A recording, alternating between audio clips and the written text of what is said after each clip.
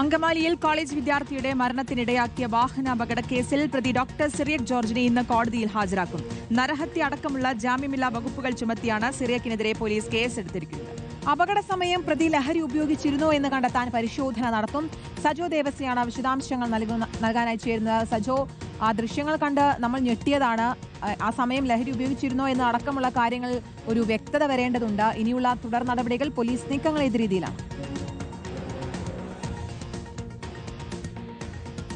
പ്രധാനമായും പ്രതിയെ കോടതിയിൽ ഹാജരാക്കുക അതടക്കമുള്ള നിയമപരമായ കാര്യങ്ങൾ ഒരു വശത്ത് നടക്കുന്നുണ്ട്. പക്ഷെ അതേസമയം ഈ കേസിനെ സംബന്ധിച്ച് ഏറ്റവും പ്രധാനം ഇന്നലെ നാടകീയമായി വാഗമണ്ണിൽ വെച്ചാണ് സിറിയക്കിനെയും വാഗമൺ പോലീസ് പിടികൂടി പിന്നീട് പ്രത്യേക അന്വേഷണ സംഘത്തിന് കൈമാറുന്നത്. ഏതാണ്ട് ഒരു 6 ദിവസം പിന്നിടുമ്പോഴായിരുന്നു പ്രതിയുടെ അറസ്റ്റിലേക്ക് എത്താൻ അന്വേഷണ സംഘത്തിന് പോലീസിന് കഴിഞ്ഞത് എന്നതൊരു പ്രധാനപ്പെട്ട കാര്യമാണ്. എന്തുകൊണ്ട് ഇത്രയും ദിവസം ഇയാൾ ഒളിവിൽ കഴിഞ്ഞു എന്ന വളരെ പ്രധാനപ്പെട്ട ഒരു ചോദ്യമുണ്ട്. സാധാരണഗതിയിൽ കുറ്റകരമായ നരഹത്യ, ഒരു അപകടം ഉണ്ടാവുകയാണെങ്കിൽ നരഹത്യ ആണ് സാധാരണ ചുമത്തുക. ഇവിടെ ഇപ്പോൾ നിർത്താതെ പോയി എന്നൊരു കാരണം കൊണ്ട് കുറ്റകരമായ നരഹത്യ എന്ന നിലയിലേക്ക് കൾപ്പബിൾ ഹോമിസൈഡ് വന്നിട്ടുണ്ട്. അതുകൂടാതെ മറ്റു ചില വകുപ്പുകളും വന്നിട്ടുണ്ട്. പക്ഷെ എന്തിനാണ് അങ്ങനെയുള്ള വകുപ്പുകൾ വരാൻ കഴിയും ഇത്തരം ഒരു സാഹചര്യം ഇയാൾ സൃഷ്ടിച്ചത്? ഇത്രയധികം ദിവസം ഒളിവിൽ പോയത് പോലീസിന് മുന്നിൽ ഹാജരായാൽ മതിയായിരുന്നിട്ടും എന്തുകൊണ്ട് അങ്ങനെ പോയി? അപ്പോഴാണ് ഈ സംശയം ഉയരുക. ഇയാൾ ഈ അപകടമുണ്ടായ ഘട്ടത്തിൽ ലഹരി ഉപയോഗിച്ചിരുന്നോ എന്നൊരു പ്രധാനപ്പെട്ട സംശയം. അത് വളരെ വേഗത്തിൽ പിടിയിലാവുകയാണെങ്കിൽ വൈദ്യപരിശോധനയിലേക്ക് പോകുമ്പോൾ, സാമ്പിൾ എടുത്തുള്ള പരിശോധനയിലേക്ക് പോകുമ്പോൾ അക്കാര്യത്തിൽ വ്യക്തത വരും. അപ്പോൾ അത്രയും സമയം ഒരാഴ്ചയൊക്കെ പിന്നിട്ടാൽ സ്വാഭാവികമായും അങ്ങനെ വൈദ്യപരിശോധനയിൽ നിന്ന് അക്കാര്യത്തിൽ എന്തെങ്കിലും ഒരു വ്യക്തത ലഭിക്കുക അസാധ്യമാണ് പലപ്പോഴും. അതായിരുന്നോ ലക്ഷ്യമിട്ടത് എന്നൊരു ചോദ്യമുണ്ട്.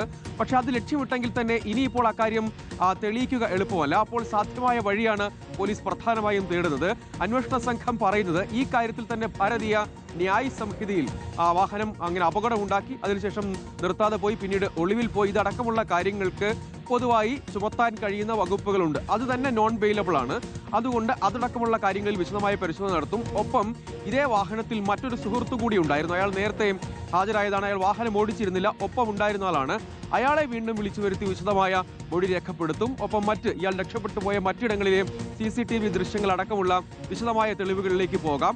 ഒപ്പം ഇതിന്റെ മറ്റ് ശാസ്ത്രീയമായ വഴികൾ തേടും എന്താണ് അന്വേഷണ സംഘം പറയുന്ന ഒരു കാര്യം. ഇത്ര വലിയൊരു അപകടം ഉണ്ടായി, ആ കുട്ടിക്ക് പരിക്കേറ്റു, 50 മീറ്ററോളം ദൂരത്തിലേക്കാണ് ജാസ്തിയ ജോൺസൺ തെറിച്ചു പോകുന്നത്, ഗുരുതരമായി പരിക്ക് പറ്റി, പിന്നീട് ചികിത്സയിൽ ഇരിക്കെ മരിക്കുകയും ചെയ്തത് എന്നത് കാണേണ്ട ഒരു കാര്യമാണ്. അപ്പോൾ ഇക്കാര്യത്തിലെ പ്രധാനപ്പെട്ട ഒരു കാര്യം, സാധാരണ ലഹരി ഉപയോഗിച്ചാണ് ആ ഘട്ടത്തിൽ അപകടം ഉണ്ടാക്കിയ ഘട്ടത്തിൽ വാഹനം ഓടിച്ചിരുന്നെങ്കിൽ കുറ്റകൃത്യത്തിന്റെ ഗൗരവം കൂടുതൽ വർദ്ധിക്കും. പക്ഷേ അന്വേഷണ സംഘം പറയുന്നത് ഈ പ്രവൃത്തിയെല്ലാം ഇയാൾ ചെയ്തുകൊണ്ട് തന്നെ അതിലേക്ക് നയിക്കും വിധമുള്ള ഒരു ഗ്രൗണ്ട് ഇപ്പോൾ തന്നെ രൂപപ്പെട്ടിട്ടുണ്ട്.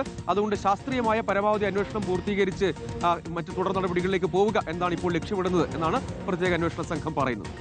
ശരി, സജോ ദേവസിയാണ് വിശദാംശങ്ങൾ നൽകിയത്.